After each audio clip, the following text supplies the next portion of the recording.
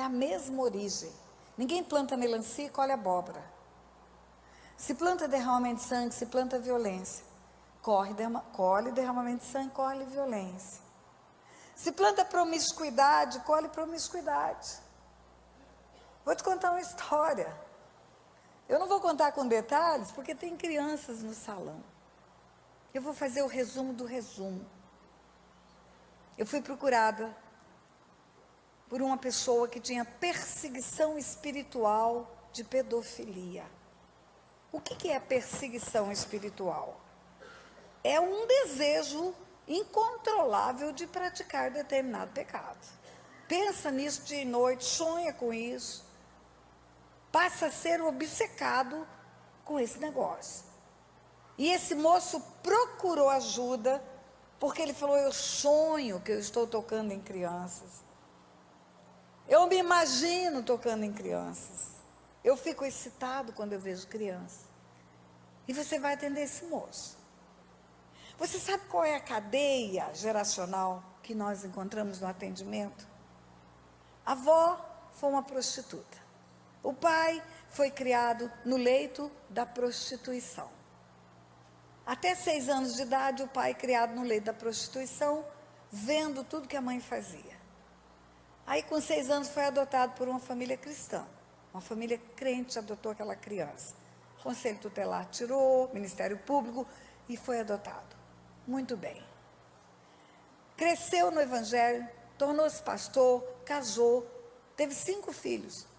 4 rapazes e uma moça. Só que a perseguição espiritual do pai era pornografia. Ele não conseguia viver sem vídeos pornográficos. Naquele tempo não tinha internet, então era vídeo mesmo, alugado em casa de vídeo. E uma perseguição espiritual de pornografia. Ele precisava ver, ele precisava ver, ele precisava ver. Morria de arrependimento, chorava, ficava confuso, porque era pastor, um homem ligado às coisas de Deus, e de repente estava tentado e sucumbia à tentação, porque tinha uma perseguição espiritual de pornografia. Muito bem. Esse homem está vendo pornografia há anos. E aí o filho mais velho está com 9 anos de idade. E um dia o filho mais velho acorda durante a noite para ir ao banheiro e escuta, porque o pai via dentro de casa. O pai falava que ia fazer vigília. Tinha um quarto de oração, um quarto de preparar sermões, ia fazer vigília. E ele ficava naquele quarto escondido da família inteira, fazia aquilo que não devia, chorava e arrependia depois, mas daqui um mês está fazendo de novo. E o filho acorda, vai ao banheiro, e ele escuta um barulho estranho, escuta o pai gemendo no quarto da vigília. E ele tinha visto um filme de um homem infartado, morrendo, gemendo. Ele pensou: meu pai está morrendo. E ele corre naquele lugar para socorrer o pai, 9 aninhos. E ele chega e vê o que o pai está vendo, e o pai não vê que ele viu. Ele vê, o pai está vendo um vídeo pornográfico e o pai não vê que ele viu. E ele pensa: mas então é isso que o meu pai faz? Quando ele fala que vai orar durante a noite, que vai fazer vigília. E ele fica quieto e se interessa. Toda vez que o pai fala agora que vai fazer vigília, ele vai fazer vigília junto com o pai. Ele deu um jeitinho, arrumou cortina. O quarto tem vidro transparente, uma cortina fosca, uma puxadinha, uma frestinha de cortina, é suficiente para ele ver lá dentro do quarto. E ele vê dentro do quarto até os 14 anos, dos 9 aos 14, 5 anos. Esse menino acompanhou as vigílias do pai. Um dia ele estava com 14 anos, a vigília do pai terminou dentro do quarto. E a dele não terminou do lado de fora do quarto. E o pai está desligando o vídeo, está desligando o televisor, escondendo o vídeo. E aquele menino está desesperado do lado de fora. Ele vê que o pai vai sair, vai encontrar com ele na porta daquele quarto. Ele corre para o quarto. E ele estupra o irmão de 3 anos de idade. Quem é o rapaz que tem perseguição de pedofilia? É o irmão de 3 anos de idade. Quando esse rapaz pediu ajuda, ele falou: pastora, eu preciso confessar o que eu penso, o que eu sinto. E eu preciso confessar que todos os meus sobrinhos já foram tocados por mim com desejo. Eles não sabem. Nós vamos para a Disney, nós fazemos fila, trenzinho, e eu abraço por trás um sobrinho. Mas eu faço isso porque eu tenho desejo de fazer. E ele pensa que é o tio, agradando e protegendo. Eu brinco com as crianças, os sobrinhos mais novos, brinco de contar segredos. O tio vai contar um segredo e eu falo na orelha dele. Psh, psh, psh. Ele pensa que eu estou brincando de contar segredos, pastora. Mas quando a minha boca toca na orelha dessa criança, eu tenho desejo, pastora. Deixa eu ver se você está entendendo. Estou falando de uma cadeia familiar que começa na prostituição numa geração, depois passa para pornografia na outra geração, depois passa para o estupro incestuoso na outra geração, e agora já está havendo abuso sexual na outra geração. E também eu estou querendo dizer para você que um videozinho pornográfico dentro de casa não é tão inocente quanto parece. Eu tive que ficar 3 meses com essa família inteira, para que todo mundo entendesse que sem confissão e sem arrependimento, essa história ia continuar, porque essas crianças que já foram encostadas com contatos libidinosos, vão ser os futuros abusadores. Esse negócio não acaba, continua. Se não interrompe, se não vai para a cruz, se alguém não chega diante de Deus e fala, eu e a minha casa fizemos o que era mal diante do Senhor, essa cadeia não acaba. Você vai ver famílias inteiras de promiscuidade. Você vai ver famílias inteiras de perdas financeiras. Você vai ver famílias inteiras de doenças graves. Repetições. Daniel estava num cativeiro. Fazia 70 anos. Daniel era santo, separado. Daniel escolheu não comer das finas iguarias do rei. Ele escolheu ser santo. E mesmo assim, tinha 70 anos o cativeiro dele. Um dia ele foi ler o livro do profeta Jeremias e ele entendeu que ele estava preso no cativeiro por causa dos pecados dos seus pais, avós, bisavós, tataravós. Eu falei isso no primeiro dia. E o que Daniel fez? Você vai para Daniel 9, quando ele entendeu que o cativeiro dele era resultado de uma herança maligna, ele foi confessar os pecados dos antepassados. Por que Daniel fez isso? Porque Daniel viu o livro da lei. O livro da lei, Levítico, onde fala de bênçãos e de maldições. Depois de falar de todas as maldições, no versículo 40, publica para mim. Levítico 26, 40. Depois dele falar de todas as maldições, depois dele falar, vai acontecer isso, vai acontecer isso, vai acontecer isso, aí Deus fala, então confessarão a sua iniquidade e as iniquidades de seus pais, com as suas transgressões, com que transgrediram contra mim. Igualmente confessarão que por terem andado contrariamente para comigo, eu também andei contrariamente para com eles, e os trouxe para a terra dos seus inimigos. Se então o seu coração incircunciso se humilhar e tomarem por bem o castigo da sua iniquidade, eu me lembrarei do meu pacto com Jacó, com Isaac, com Abraão e da terra, me lembrarei. Quais são os itens para resolver isso?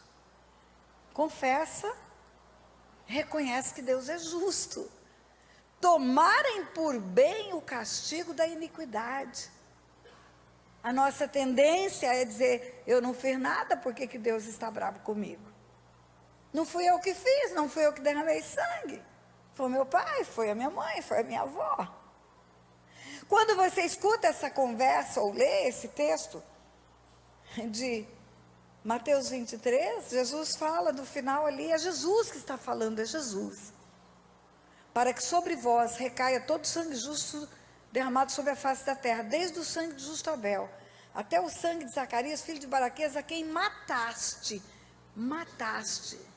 Mas como? Como eles mataram? Eles não eram nascidos ainda.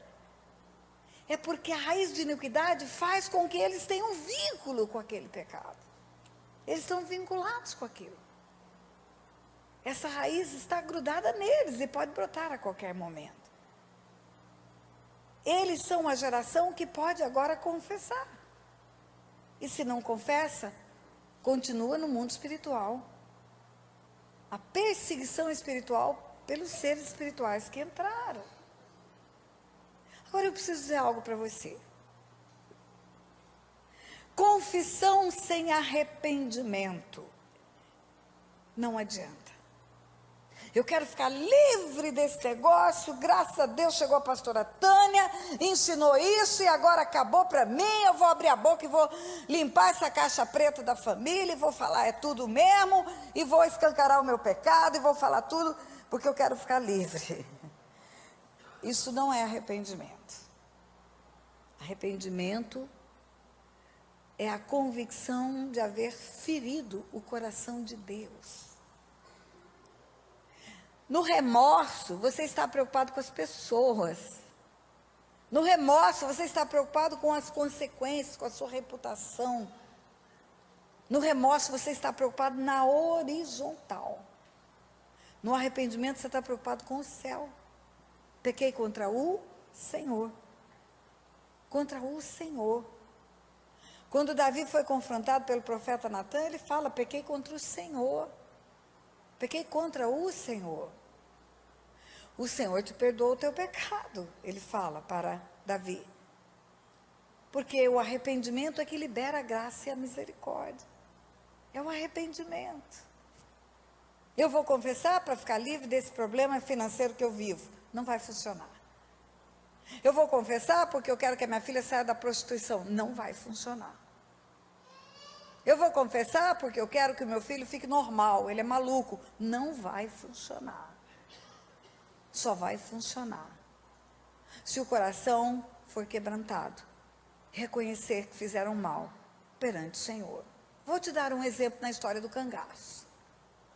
Eu vou confessar então que eu tive um antepassado cangaceiro que derramou sangue, daí um monte de gente matou um monte de gente, e um monte de gente suicidou, porque eu quero ficar livre dessa herança, romper ela agora. Não vai funcionar. Se não fizer uma oração, Senhor, os meus antepassados derramaram sangue inocente. Os meus antepassados fizeram o que era mal perante o Senhor. Os meus antepassados deixaram viúvas, mulheres perderam seus maridos. Os meus antepassados deixaram crianças sem pai. Eles foram sanguinários. Eles não andaram conforme a tua palavra, desobedeceram a tua palavra, não tiveram temor do Senhor. E se não fizer isto com o coração consternado, não vai funcionar. Pastora, como que a gente gera o arrependimento? A convicção do pecado é o Espírito Santo que gera em nós. É o Espírito Santo que nos convence do pecado, da justiça e do juízo. Peça ao Espírito Santo esse convencimento. Peça ao Espírito Santo. Um dia eu atendi uma mulher, e essa mulher veio procurar ajuda porque tudo estava dando errado na vida dela, tudo. Pense, tudo que é porta fechando, ninguém formando, ninguém conseguindo prosperar, ninguém casando, ninguém dando certo, tudo errado. E eu falei de aborto para ela. Falei, olha minha irmã, são indícios de que você abortou, ou tem uma herança de aborto, porque tudo aborta na sua vida, tudo aborta. Nada termina, nada completa, nada conclui. E ela falou, eu fiz mesmo, pastora. Eu fiz 3 abortos antes de gerar o meu filho. Então eu quero orar. É isso? Eu quero orar. Eu falei, não, peraí, não é assim. Eu vou te induzir agora ou conduzir para você ver um vídeo sobre esse assunto. Vai assistir esse vídeo. Aí você volta, nós vamos orar. Mas a intenção era que ela, vendo o vídeo, fosse convencida pelo Espírito Santo do pecado. E ela viu o vídeo e ela voltou do mesmo jeito. Eu não tinha ainda esse canal oficial, mas tinha uma entrevista com a doutora Elisete Malafaia sobre aborto, consequências espirituais do aborto. Ela fez um programa de televisão comigo, e eu falei, assiste esse vídeo, sobre consequências espirituais do aborto. E ela assistiu e ela voltou do mesmo jeito. Então vamos orar, pastora, já entendi tudo e tal. Eu falei, não, eu não estou vendo arrependimento em você. Você está tratando disso como quem está fazendo manicure, tirando cutícula. Não é assim. Isso não vai funcionar. A palavra de Deus diz, arrependei-vos e convertei-vos. E o arrependimento, ele gera um constrangimento. Ele gera uma dor. Ela falou, pastora, mas eu não sinto nada. Eu falei, então nós vamos orar para você sentir. Eu não vou orar para desligar a sua vida do mundo espiritual ainda. Porque você não pode ser desligada sem o arrependimento. Eu vou orar pedindo o arrependimento, pedindo que o Espírito Santo te convença do pecado, da justiça e do juízo. E quando você tiver esse arrependimento no seu coração, genuíno, verdadeiro, aí você me procura e nós vamos orar. E fizemos a oração, eu orei, ela disse amém, Pai, em nome de Jesus, eis aqui a tua filha, abriu a boca, falou do que fez, mas ela precisa que seja gerado no coração dela um arrependimento. Ela conhece a tua palavra, ela entendeu pelo vídeo que ela derramou sangue de gerações quando abortou um filho. Ela entendeu que ela rompeu com a vida quando ela fez pacto com a morte. Ela entendeu, mas ela entendeu isso no intelecto dela. No espírito dela não houve nenhuma mudança. Então eu peço ao Senhor que pelo teu espírito, o Senhor penetre no espírito dela, para convencê-la do pecado, para que nós possamos orar corretamente. E oramos no fim da tarde. 3h da manhã o meu telefone toca. E a mulher em pranto. Pastora, eu arrependi. Pastora, agora eu entendi. Pastora, eu imagino a quantidade dos netos meus que eu matei junto com aqueles abortos. Eu não tenho um neto, pastora. E eu pensei, Deus, por que tem que ser madrugada? Por que não espera amanhecer o dia para arrepender? Aí nós oramos. Sem o arrependimento, queridos, a oração não é eficaz, ela reza. Ela é reza. Ela é uma mera repetição de palavras. Não vai funcionar. Eu falei para você que o fruto colhido mostra o fruto plantado. Então eu vou falar de alguns tipos de heranças agora. Já falei muito sobre heranças de derramamento de sangue, doenças, acidentes, suicídios, mortes prematuras, heranças de roubo, famílias que praticaram roubo, famílias que usurparam terras, famílias que usurparam herança, família que ludibriaram pessoas com negócios ilegais. Qual é o fruto que colhe?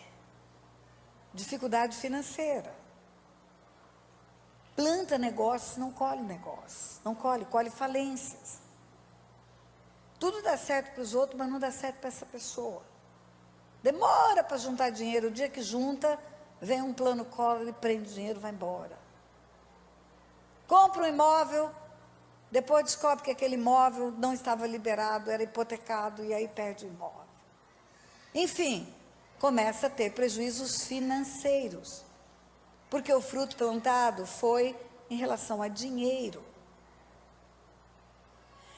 Heranças de feitiçaria, heranças de ocultismo. Eu falei para você e enfatizei nos 2 dias, na carta aos Hebreus, que é pela prática, que nós crescemos para discernir bem e mal, bem e mal, bem e mal. E pela prática Deus nos ensinou as heranças de feitiçaria. Pela prática Deus nos ensinou que a herança de ocultismo, não fica preocupado com criança que pai e mãe já está cuidando dela, olha para cá. A prática tem me ensinado que as heranças de feitiçaria, de ocultismo, heranças de envolvimento com trevas, traz como consequência espiritual doenças nessa parte do corpo. Doenças nessa parte do corpo. Eu vou fechar parênteses e vou falar de outro assunto e vou voltar aí. Doenças podem ser espirituais, pastora? Pode. Toda doença pode ser do corpo, da alma e do espírito. Toda doença, toda. Você se lembra do médico Lucas, no capítulo 13, contando a história de uma mulher encurvada? 18 anos aquela mulher era encurvada. Um ortopedista olharia para aquela mulher e diria que ela precisava de uma cirurgia de coluna. Um fisioterapeuta que ela precisaria de exercício. Não, ela precisava que o demônio saísse da coluna dela. Jesus expulsa o demônio e a mulher endireita. O mesmo médico Lucas, no capítulo 11, conta a história de um menino que era mudo. Expulsou o demônio, o menino falou porque era o demônio que era mudo. O demônio era mudo. Tem demônio mudo, pastora? Tem. Tem 2 textos bíblicos que falam que tem demônio mudo. Lucas 11 e Marcos 9. Fala que existe demônio mudo. Então, não caia no ridículo que muita gente cai de querer conversar com o demônio não fala e quer conversar. Confessa suas obras. Você não foi chamado para conversar com o demônio, mas para expulsar o demônio. O mesmo médico Lucas conta a história de um menino que era mudo, expulsa o demônio, o menino fala. O demônio era mudo, o demônio estava na garganta do menino. Um otorrinolaringologista diria que o menino precisava de uma cirurgia de cordas vocais.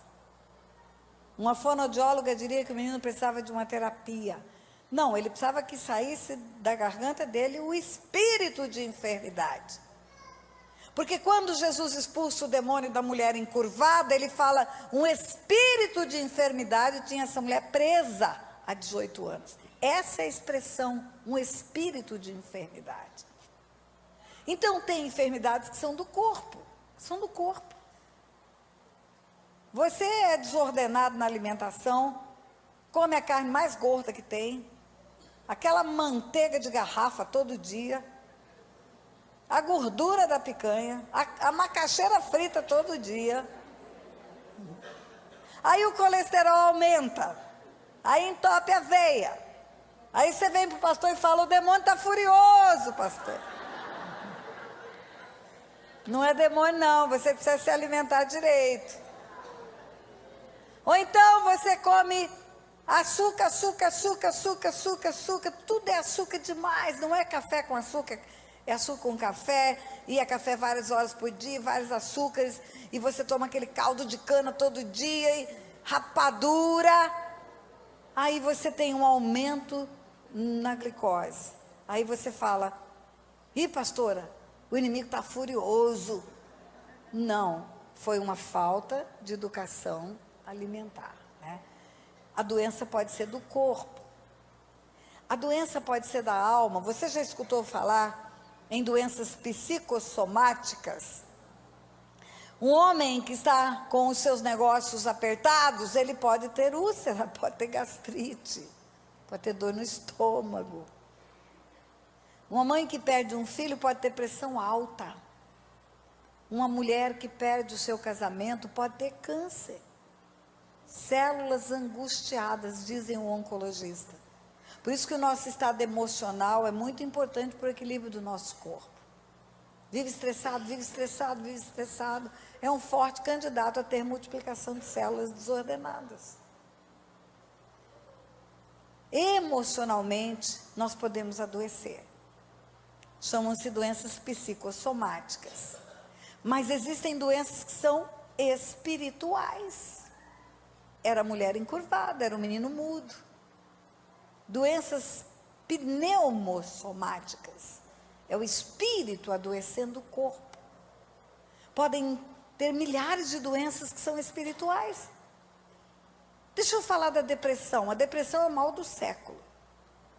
A depressão pode ser da carne, pastora? Pode. A depressão pode ser uma deficiência hormonal.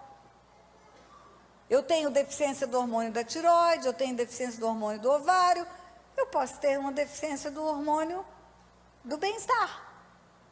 Serotonina, dopamina, tem uma queda do bom humor. E eu fico triste, abatida, chorona. Tem muitas mulheres que têm uma queda do hormônio do bom humor no período pré-menstrual. A TPM é isso. Fica chata, fica chorona, fica enjoada. O marido fica desesperado. Depois passa. Ele pensa que ela deve ser bipolar. Um dia está assim, um dia...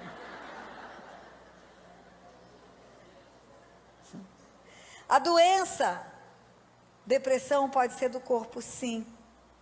Vá para o médico, faz a medida dos hormônios, faz a dosagem, toma o remédio. Pastor, eu vou tomar remédio para depressão? Eu sou crente. Pois olha, você vai ao oculista e faz óculos, você vai ao dentista e arruma o dente, porque você não vai tomar remédio para depressão. A medicina está a favor do homem. Não tem nada que o diabo dê que seja a favor do homem. Ele mata, rouba e destrói. Se vem para trazer cura, é Deus que está dando, pode ter certeza. Pode ter certeza. Aí a pessoa fala, eu já fui para o médico, pastora, e já fiz a dosagem hormonal e estou tomando remédio, não tinha nenhuma alteração, eu estou tomando remédio e não mudou nada, eu continuo chata, triste, depressiva, não quero nada, não tenho ânimo. Aí você faz a segunda pergunta, aconteceu alguma coisa terrível na sua vida? Você perdeu alguma coisa? Perdeu um filho, perdeu um casamento, perdeu um negócio, sofreu uma grande humilhação, porque a sua alma se entristece. Lembra que eu falei que o homem tem corpo, alma e espírito? A sua alma se entristece. E tem tristeza da alma que você não consegue vencer. E ela vai te causar depressão. Na verdade, a depressão da alma é uma depressão reativa. É uma reação de não vencer o sofrimento. Ficar sofrendo pelo sofrimento. Pastora, crente tem depressão reativa? Tem. Elias era crente. Elias era tão crente que ele dizia, tão certo como vive o Senhor perante cuja face eu estou. E um dia ele entrou embaixo de um zimbro e ele queria morrer. Por que Elias teve depressão reativa? Porque Elias passou 3 anos e meio de sofrimento, de luta, de vergonha, de humilhação. Primeiro teve que comer da boca de um bicho imundo. Podem pregar que foi milagre, porque foi um corvo trazer comida para Elias, no ribeiro de Querite, mas o corvo era bicho imundo, Elias era profeta, ele sabia. É a mesma coisa que um porco entrar com um bifinho aqui para eu comer todo dia. Depois ele foi para a casa de uma viúva pobre, em outro país, na Síria, e alimentado na casa daquela viúva por milagre também, não faltava azeite, não faltava farinha. Mas você acha que era uma posição confortável para ele? O que você acha que os vizinhos daquela viúva falavam de ver aquele homem encostado na casa daquela mulher? Tem um vagabundo lá, não faz nada. Só fica lá pedindo comida para a viúva. O cara é estrangeiro. Ele estava tão humilhado que o dia que o filho da viúva morre, que ele vai falar com Deus, ele fala, até nisso o Senhor me aflige. Ou seja, ele estava no limite. Aí quando Elias sai do cativeiro, do esconderijo, que ele vai se apresentar a Acabe, porque Deus falou, vai. Você acha que ele foi recebido com beijos e abraços? Todo mundo precisa de beijos e abraços. Todo mundo precisa de acolhimento. Eu estou aqui, estou longe do meu marido, quando eu chegar vou dar um garro nele. Eu estou com saudade dele. Quando Elias abriu a boca e falou, não vai chover, ele não atingiu só a casa de Acabe, todo Israel sofreu com a seca. E quando ele voltou, ele não foi recebido com honras, porque todo mundo passou aperto. Por isso ele fala, eu estou só, eu estou só. Você sabia que Deus me ensinou a curar depressão com Elias? Depressão reativa com Elias? Como Deus curou Elias? Quando Jezabel falou, vai ter guerra de novo. Elias venceu a guerra com os profetas de Baal, venceu a guerra com os postes ídolos. Mas quando terminou tudo, Jezabel chegou e falou, vai começar tudo de novo. Ele falou, chega, eu não aguento mais. Entrou embaixo de um zimbro e pediu a morte. Na depressão reativa, a pessoa desiste da vida. Ela quer morrer. Ela pede, Deus me leva. Não tem mais graça a vida para mim. Como que Deus curou a depressão reativa de Elias? Deus trouxe para ele o que dá esperança. Deus mostrou o futuro para ele. Deus falou, olha, você ainda vai ungir Azael, rei da Síria. Ainda vai ungir Jeú, rei de Israel. Eu vou ungir Azael, rei da Síria. A Síria não é o lugar onde ele ficou escondido, mendigo na casa de uma viúva? Não é o lugar da humilhação? Eu vou chegar lá como profeta, com um chifre cheio de azeite, numa cerimônia real, onde toda a nação vai saber quem eu sou, um profeta de Deus. Ele ficou animado. Vai ungir Jeú, rei de Israel. Então Acabe vai cair, Jezabel vai cair. E eu vou ser honrado em Israel. Sabe como você anima uma pessoa com depressão? Você mostra o futuro, mostra o que dá esperança. Eu acabei de ganhar uma amiga. Eu ainda não a conheço, eu vou conhecê-la.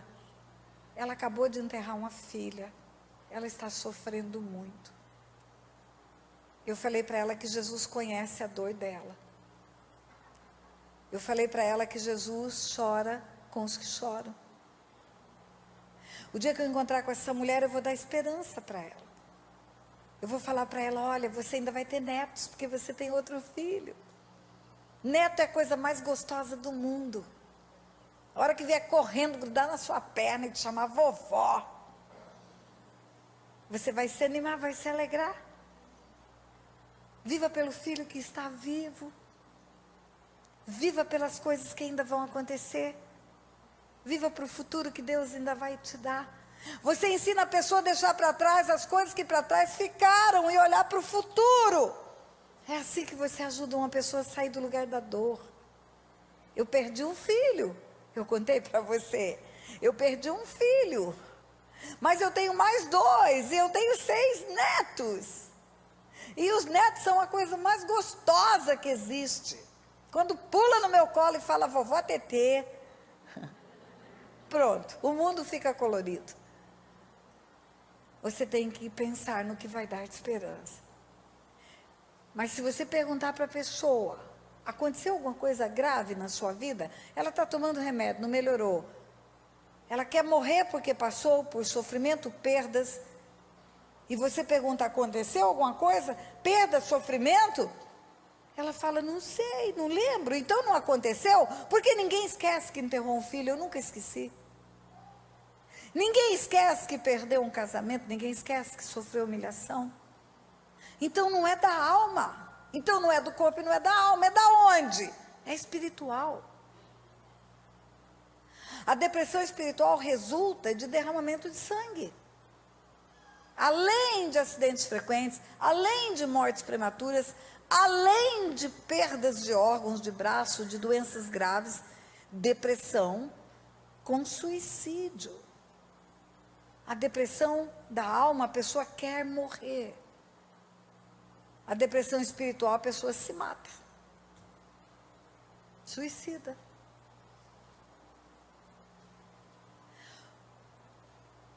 O fruto colhido é o fruto plantado. A feitiçaria traz doenças nessa área do corpo. Doenças no corpo físico, aneurisma, tumores, derrames cerebrais.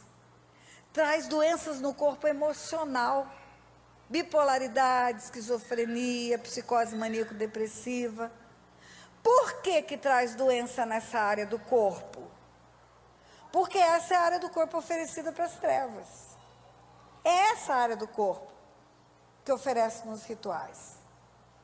Quando alguém vai se tornar um pai de santo, ele passa por um ritual, onde ele fica 21 dias enfiado num roncó, num quartinho, oferecendo a cabeça para o santo.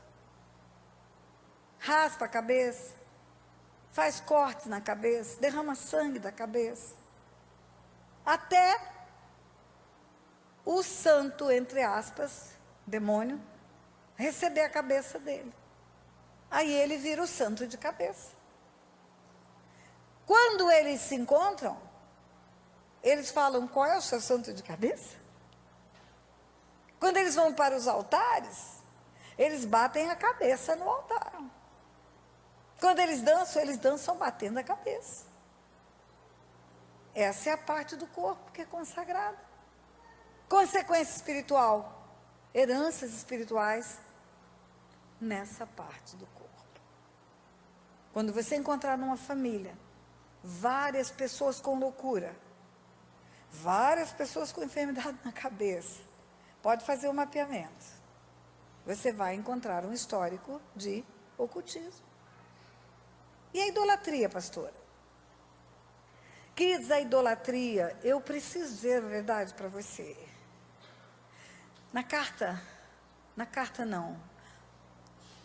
Na escrita do profeta Oséias, na escritura do profeta Oséias, a idolatria é chamada de prostituição espiritual.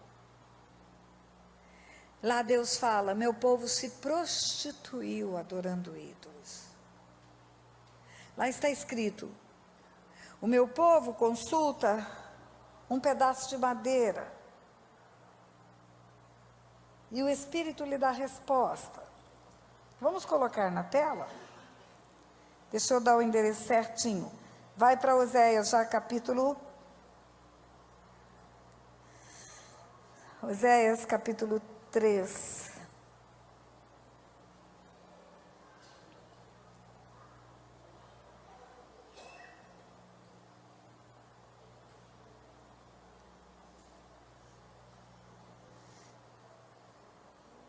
Capítulo 4, versículo 12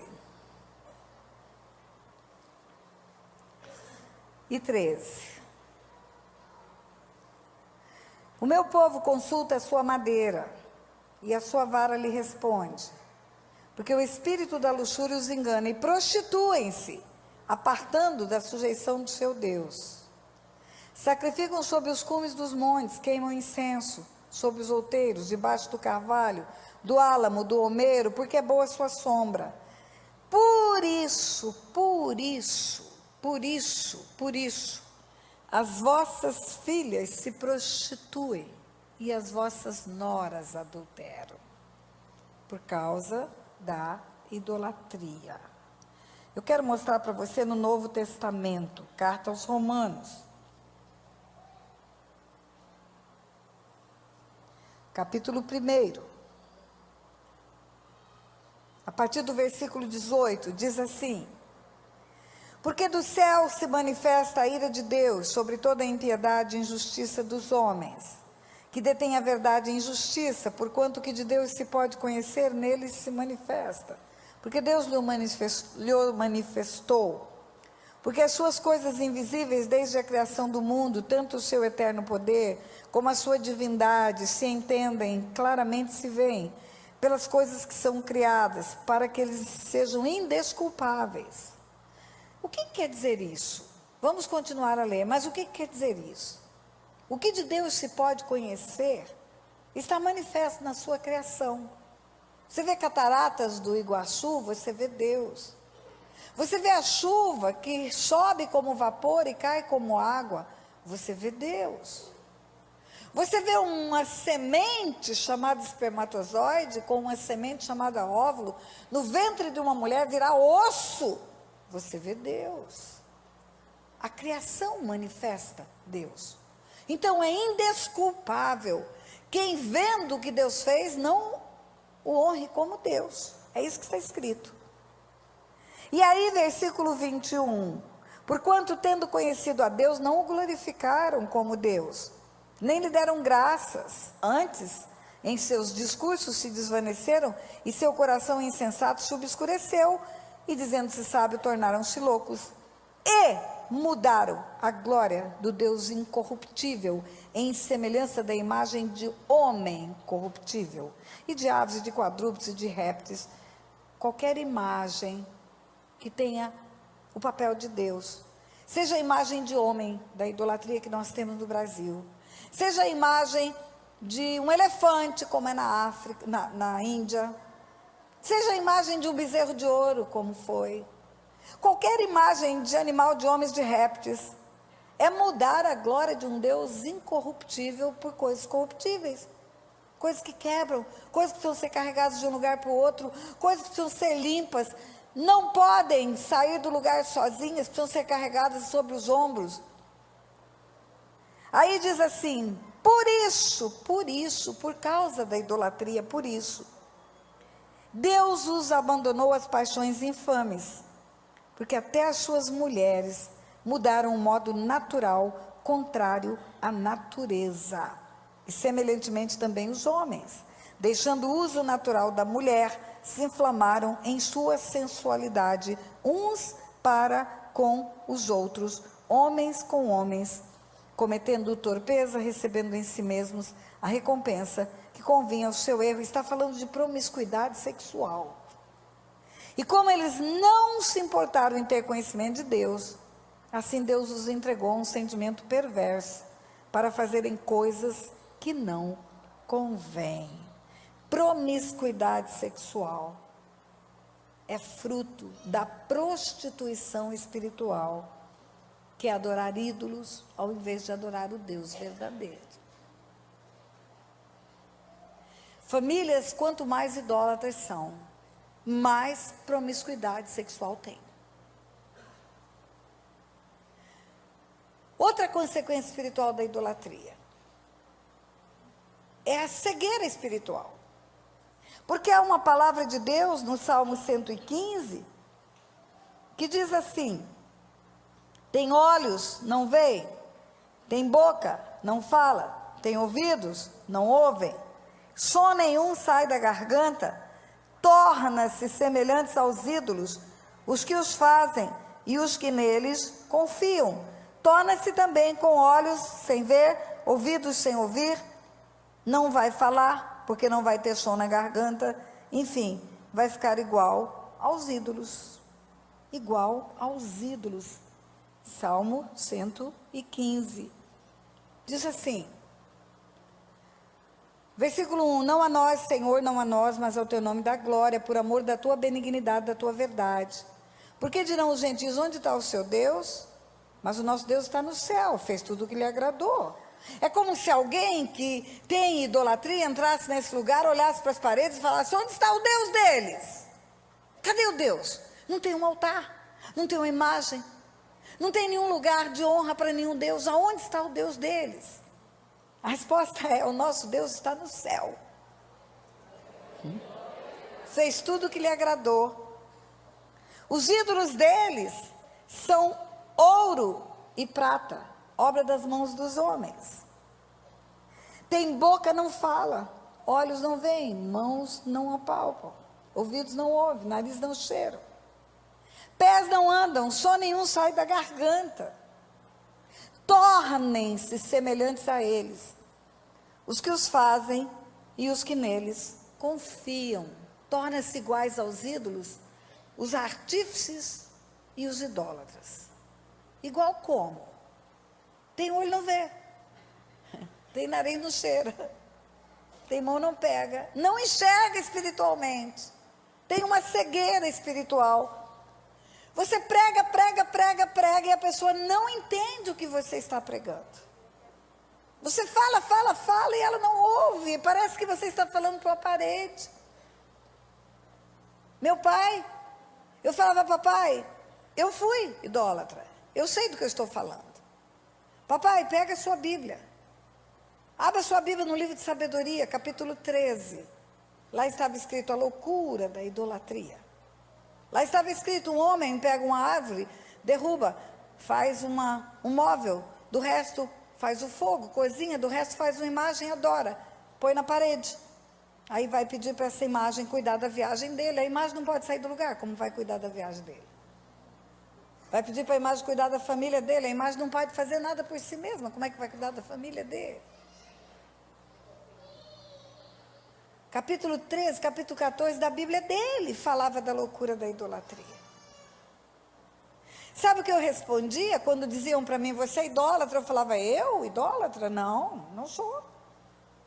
Eu não adoro os santos. Eu tenho fotografias que me traz à memória quem eles foram. Mas era mentira, porque eu dizia igual a fotografia da minha mãe, da minha avó, do meu pai. Eu nunca fiz procissão para a fotografia da minha mãe. E eu nunca ajoelhei em frente da fotografia do meu pai. E eu nunca acendi velas para a fotografia da minha avó. Não era a mesma coisa. Ou então eu dizia assim, não, eu adorava Nossa Senhora das Graças. Eu dizia, não, ela para mim não é Deus. Ela não é Deus, não é isso. Deus é Deus, está no céu, ela não é Deus. Ah, é? Se eu fizesse um pedido para ela no Brasil, ela poderia responder sim. E se alguém fizesse no Paraguai, ela poderia responder sim. E alguém fizesse lá na Europa, ela poderia responder sim. Então ela é Deus, porque só Deus é onipresente, onipotente, onisciente. Eu dava o atributo de Deus, sim, mas a minha cegueira impedia que eu visse. Eu escrevi um livro, chama A Verdade que Me Libertou. Esse livro eu falo sobre isso. A idolatria traz uma cegueira espiritual. A pessoa não vê o que ela deveria ver. Nessa nação, você sabe do que eu estou falando, tem uma idolatria terrível. Existe uma imagem que foi encontrada no Rio Paraíba, eu moro em Resende. O Rio Paraíba passa em Resende. O Rio Paraíba tem cardumes de peixe como qualquer rio do mundo. O que é cardumes? É um bando de peixe andando para lá e para cá dentro do rio. Aí um dia uns pescadores jogaram a rede e não pegaram nada, porque o cardume não estava aqui, o cardume estava lá. Pegaram uma imagem de cabeça quebrada. Primeiro pegaram a cabeça, depois pegaram o corpo. Tiraram, jogaram a rede e tiraram aqueles 2 pedaços. Aí na terceira rede ou na quarta rede, o cardume que estava lá veio para cá e pegaram peixes. Ah, foi essa imagem que nos deu o peixe. E virou adoração na nação inteira. Eles não são capazes de pensar que a imagem não teve poder para colar a sua cabeça. Não teve poder para sair da água sozinha. É uma cegueira espiritual. E a pessoa vai ficando antiga, vai ficando velha, e ela não vê, não recebe o Espírito Santo, não entende as Escrituras. Fica velho como menino. O que ela aprendeu é repetir. Ela repete. Nem curiosidade de pegar a Bíblia e abrir para ver o que está escrito, não tem. Está cega espiritualmente. Mas a idolatria traz outra consequência. E essa não está escrita. As duas estão escritas, estão escritas prostituição e cegueira. Mas tem uma que não está escrita, que Deus me ensinou pela prática. Pela prática Ele me ensinou. Sabe qual é a outra consequência espiritual da idolatria nas famílias? Casamentos fracassados, mulheres e homens que não se casam, ficam solitários, casamentos de fachada, casamentos de mentira. Por que, pastora? Porque torna-se iguais aos ídolos os que os fazem, os que neles confiam. E como os ídolos são? Os ídolos são solitários. Como assim, pastora? Quem é o marido de Santa Bárbara? Não tem. Quem é o marido de Nossa Senhora das Dores? Não tem. Quem é o marido de Santa Eduvige? Não tem. Quem é a mulher de São Pedro? Não tem. Quem é a mulher de São Jorge? Não tem. Quem é a mulher de Santo Antônio, o santo casamenteiro? Não tem. Não tem família na idolatria? Não, pastora, tem uma família sim, chama Sagrada Família. Jesus, Maria e José, a Sagrada Família. Ah, mas Maria é virgem. Então não teve casamento. Porque o casamento se consuma quando ele se torna uma só carne. Deixará o homem pai e mãe, unir-se à sua mulher e serão os dois uma só carne. Eles não foram para o leito, ela continua virgem. Não tem casamento. Não tem nenhum dos santos católicos que teve casamento. E como são os líderes? Os padres, solteiros. E as mulheres de projeção, as beatas, solteiras, as freiras, solteiras. A idolatria é uma religião que não tem família. Aí você vai ver quanta mulher que está vinculada à idolatria que não casa. Tem uma herança espiritual de solidão. Quanta mulher que vive casamento de fachada. Marido dormindo num quarto, ela no outro. Tinha uma novela que fez sucesso nesse país, A Tieta do Agreste. Enquanto as beatas estavam recebendo os santos dentro de casa nas procissões, os maridos estavam no prostíbulo, no Bataclan. É assim na idolatria. A mulher vira uma santa. Ninguém toca nela. E o marido vai se satisfazer sexualmente fora do casamento. A idolatria traz consequências terríveis para essa nação. E você que está me ouvindo aí na internet, e você que está chocado com o que estou falando, eu quero dizer que a responsabilidade do que eu estou falando é minha, não é do pastor Anderson, não. Tudo que eu falo, eu respondo pelo que eu falo. A idolatria é uma maldade tão grande nessa nação, que talvez você não saiba, mas vai saber agora. E pode confirmar, vai para a internet para confirmar. Também pelas dificuldades financeiras dessa nação, é uma herança da idolatria. Sabe por quê? Porque quando os judeus vieram para essa nação, quando houve a invasão holandesa, os holandeses que vieram eram judeus. Sabe por que eles foram expulsos do Brasil? Não foi por causa de política. Eles foram expulsos porque eles não se renderam à idolatria. E quando eles foram expulsos, os que sobreviveram, que não foram comidos por tubarões nos naufrágios, eles foram para os Estados Unidos, foram para um lugar chamado Newark, Nova Arca. E por causa deles lá, Deus abençoou a economia americana. A idolatria expulsou o dinheiro do Brasil para lá. Se você não acredita, entra na internet, faz lá a pesquisa. De Pernambuco ou de Recife a Manhattan, você vai descobrir essa história. Consequência espiritual da idolatria, pobreza também. Voto de pobreza. E quantos de nós têm herança espiritual de idolatria? Pastor, eu não conheço os meus antepassados, e agora? Eu fui dado no orfanato, eu não conheço meu pai e minha mãe. Não precisa conhecer. Os sintomas vão dizer qual é a sua herança. Você está com tosse, com gripe, com espirro, você sabe que está com gripe. Os sintomas que você tem na família, ou seu, daqui para frente, você vai identificar. E pelo sim, pelo não, ora com renúncia em tudo que é herança, como Daniel fez. Daniel estava num cativeiro e ele confessou os pecados. Abriu a boca e confessou os pecados. Reconhece o que foi feito de mal diante de Deus. Reconhece que a palavra de Deus não foi respeitada. Reconhece que sobre a sua vida há uma consequência espiritual da herança. Agora confessa o seu pecado também. Nós podemos fazer coletivamente aqui a confissão das heranças. Mas individualmente você precisa fazer a confissão dos teus pecados. Porque a partir de você começa uma nova herança.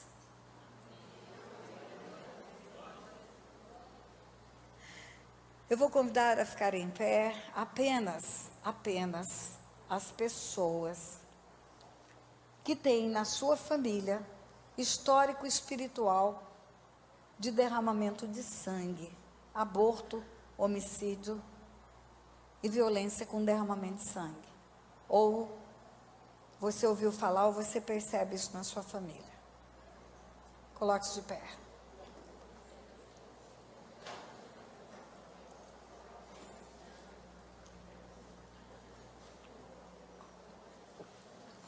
Eu vou produzir a oração e você vai orar. Diga assim: Senhor meu Deus e meu Pai, em nome de Jesus, eu reconheço que na minha família existem históricos de derramamento de sangue, por homicídios, por abortos e por violência. E eu reconheço que com essas práticas foi produzida uma herança espiritual para a minha vida e para os meus descendentes. Mas nesta hora, reconhecendo que fizeram o que era mal perante o Senhor, reconhecendo que derramaram sangue inocente,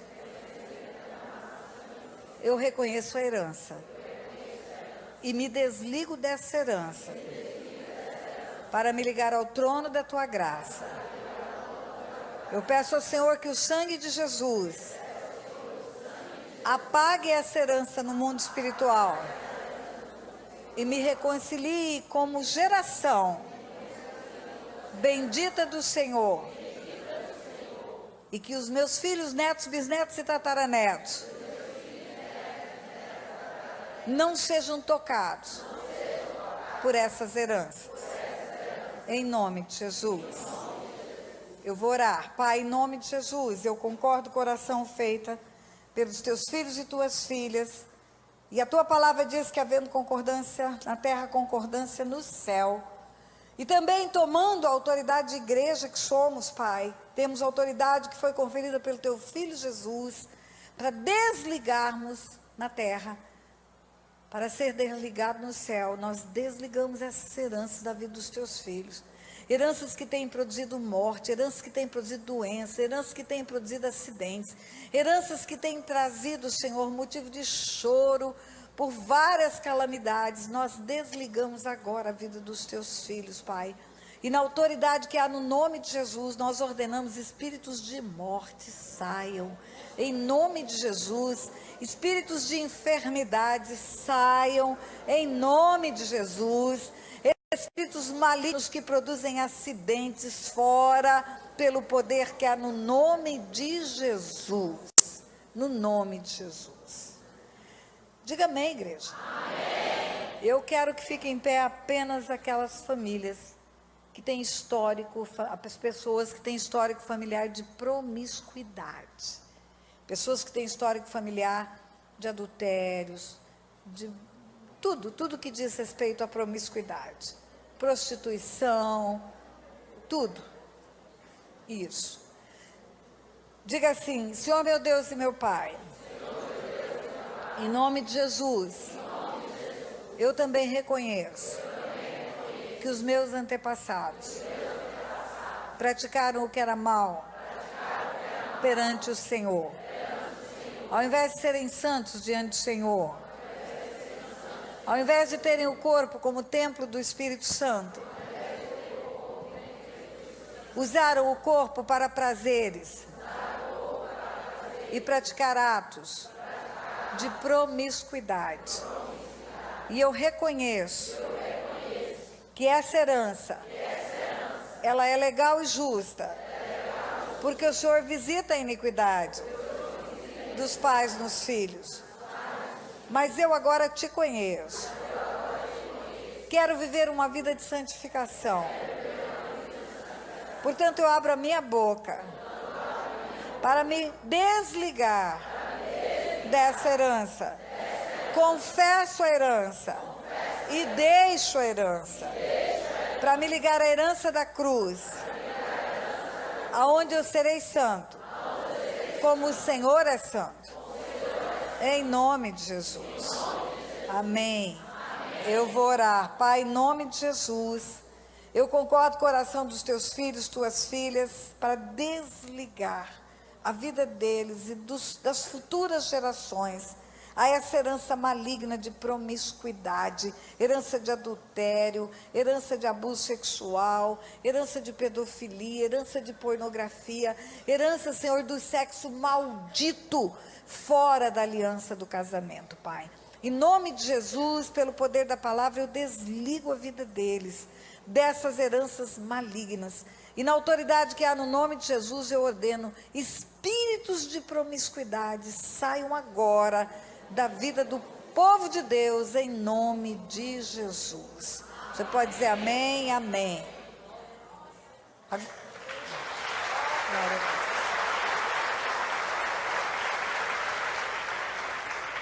Agora eu quero que só fique em pé quem tem histórico familiar de roubo, de furto, de usurpação de terra, sabe que houve erros financeiros na família, tem indícios de que alguém ludibriou alguém, tem indícios e vê que isso traz uma dificuldade financeira para as famílias.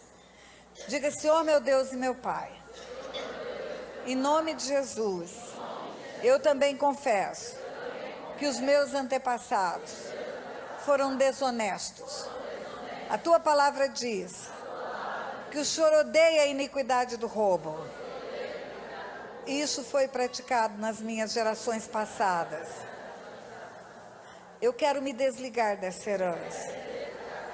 Faço um compromisso de fidelidade com o Senhor.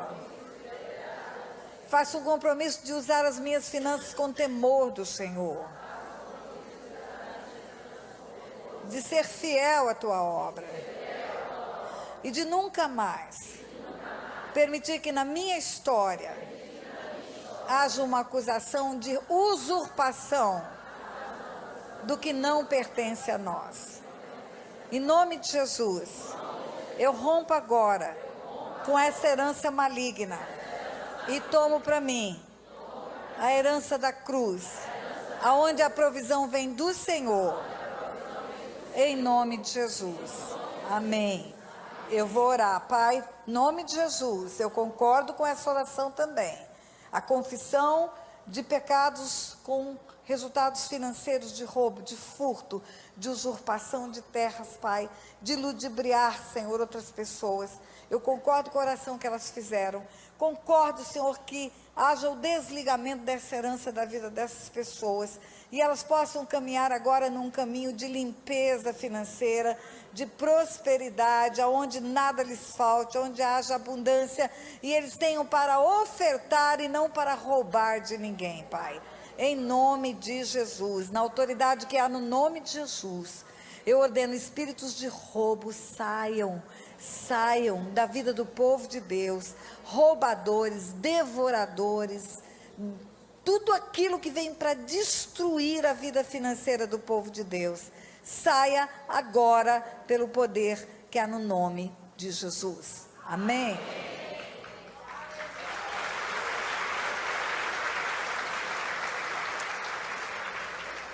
Eu quero que fiquem em pé apenas as pessoas que têm histórico espiritual familiar de ocultismo, feitiçaria, umbanda, quimbanda, tudo que é espiritismo. Os demais podem ficar sentados. Diga, não ri não, o negócio é sério. Diga: Senhor meu Deus, é sério, gente, é sério mesmo. Diga: Senhor meu Deus e meu Pai, em nome de Jesus, eu reconheço que os meus antepassados praticaram cultos a seres espirituais malignos. Reconheço que por engano ou por decisão fizeram rituais invocando as trevas, invocando demônios, deram oferendas, fizeram trabalhos, consultaram demônios. Eu renuncio a essa herança maligna que traz enfermidade na cabeça, que traz confusão na mente. E na autoridade que há no nome de Jesus, eu proíbo esses seres espirituais da maldade agirem nas gerações futuras. Me desligo dessa herança, em nome de Jesus. Pai, eu oro agora, Senhor, em concordância com os teus filhos, para desligar a vida deles, Pai, dessa herança maligna, Senhor, que traz enfermidade, Senhor, que traz morte, que traz loucura, que traz doenças mentais, que traz tumores, Pai. Em nome de Jesus, eu oro agora e como igreja desligo esse povo dessa herança. Em nome de Jesus, e ligo ao trono da tua graça. E na autoridade que há no nome de Jesus, eu ordeno espíritos de doença, de loucura, fora. Pelo poder que há no nome de Jesus. No nome de Jesus. Coloca a tua mão na tua cabeça. Fala, eu ofereço a minha cabeça para o único santo que existe no universo, para Jesus. Eu digo, Senhor, toma cativa a minha mente. Seja o Senhor o meu cabeça, porque o Senhor é o cabeça da igreja. Em nome de Jesus. Amém. Pode aplaudir o Senhor.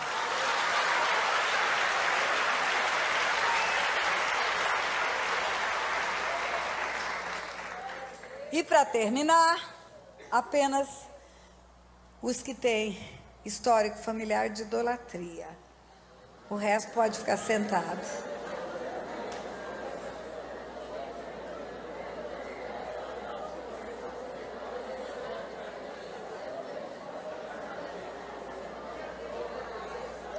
Pai, não, peraí, eu estou vendo muita gente sentada, por isso que eu quero falar, pai, avô, bisavô, tataravô, ninguém andou pela idolatria, você que está sentado, tem geração cristã de 5 gerações já, você é uma raridade nessa nação, é uma raridade, diga, Senhor meu Deus e meu Pai, em nome de Jesus, eu reconheço que os meus antepassados caminharam pelos caminhos da idolatria,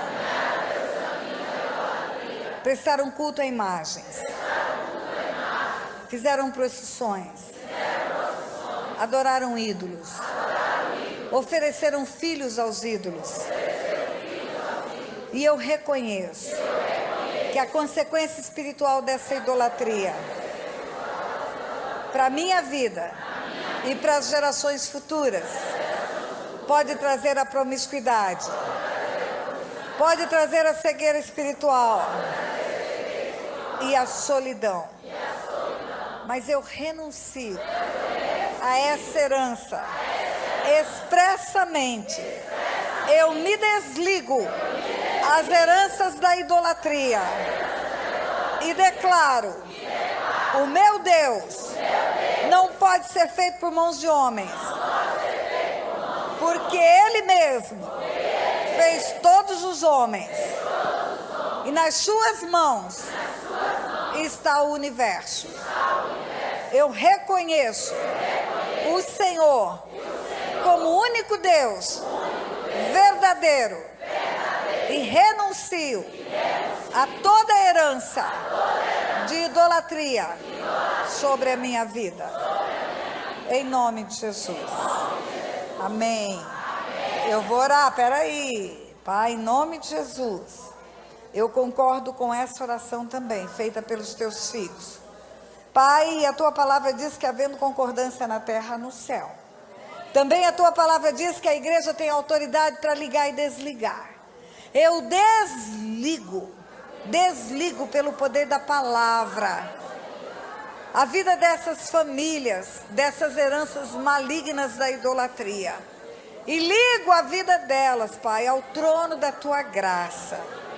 E na autoridade que há no nome de Jesus, eu ordeno que os espíritos imundos que vieram para essas famílias, de promiscuidade, de cegueira espiritual, de solidão e de dificuldade financeira, por causa da idolatria, saiam agora, pelo poder que há no nome de Jesus.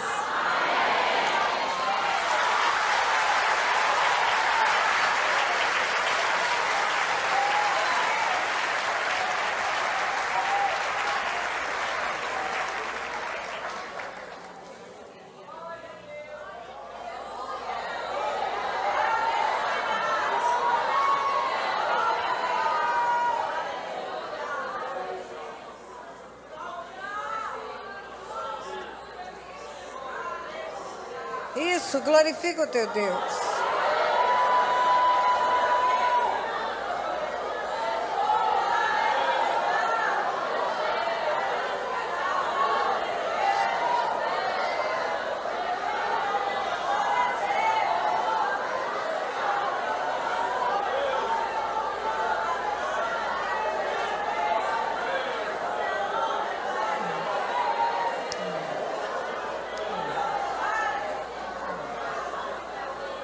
Amém. Pode sentar-se, você vai receber a bênção apostólica e o encerramento está com o pastor Anderson. Mas eu quero dizer algo nessa noite que eu disse 2 vezes já, na primeira e na segunda noite. Quando nós falamos em heranças, nós olhamos para trás. Nós hoje olhamos para trás. O que fizeram antes de nós. Mas eu quero que você seja desafiado a olhar para frente. Porque a sua conduta de ser obediente à palavra de Deus, ou de fazer o que desagrada o coração de Deus, vai resultar numa herança futura. A sua conduta de desobediência vai resultar numa maldade para 4 gerações. E a tua conduta de obediência vai resultar numa bênção para 1000 gerações. Sabe o que isso significa? Que se nós nos posicionarmos como a palavra de Deus diz, se nós andarmos no caminho do Senhor, como a palavra de Deus diz, vai chegar uma hora, igreja, que nós não vamos mais falar de maldições hereditárias. Nós vamos falar de bênçãos hereditárias. De bênçãos hereditárias. Amém? Que o Senhor te abençoe.